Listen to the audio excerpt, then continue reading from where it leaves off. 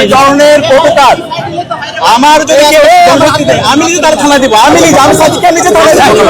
ধন্যবাদ। আমরা এমন কোন পরিস্থিতি যেন না করি। তোমরা এবং আমরা যেভাবে বিগত 15.5 বছর যেভাবে নির্যাতিত হয়েছে, যেভাবে বাকস্বাধীনতা কেড়ে নেওয়া হয়েছিল, কেউ আমাদের যাদের অধিকাংশ ছাত্র মানে ক্যাম্পাসে পড়াশোনা করতে পারেনি।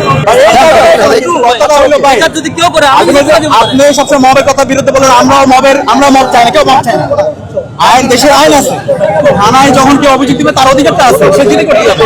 কিন্তু থানায় এভাবে বা এটা তো খুবই অগণতান্ত্রিক। ঠিক আছে, এটার মাধ্যমে বলেছে আমরা সেটা ওই স্ট্যান্ডে রয়েছে, যেটা বলেছে সঠিকরাম যেটা বলেছে সঠিক পরিস্থিতি বা কথা দ্বিমত নেই। আমরা এটা অ্যানালাইসিস করবো, যেখানে আসলে সত্যিকার অর্থে যেটা দাবি করছে সেটা আমরা অ্যানালাইসিস করবো এবং পরবর্তী ঘটনা অ্যানালাইসিস করবো এবং সেক্ষেত্রে তোমাদের সাথে যোগাযোগ করে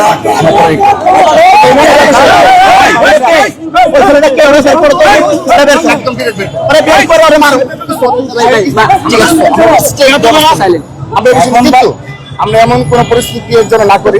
তোমরা এবং আমরা যেভাবে বিগত 15.5 বছর যেভাবে নির্যাতিত হয়েছে, যেভাবে বাকস্বাধীনতা কেড়ে নেওয়া হয়েছিল, কেউ আমাদের যাদের অধিকাংশ ছাত্র মানে ক্যাম্পাসে পড়াশোনা করতে পারেনি।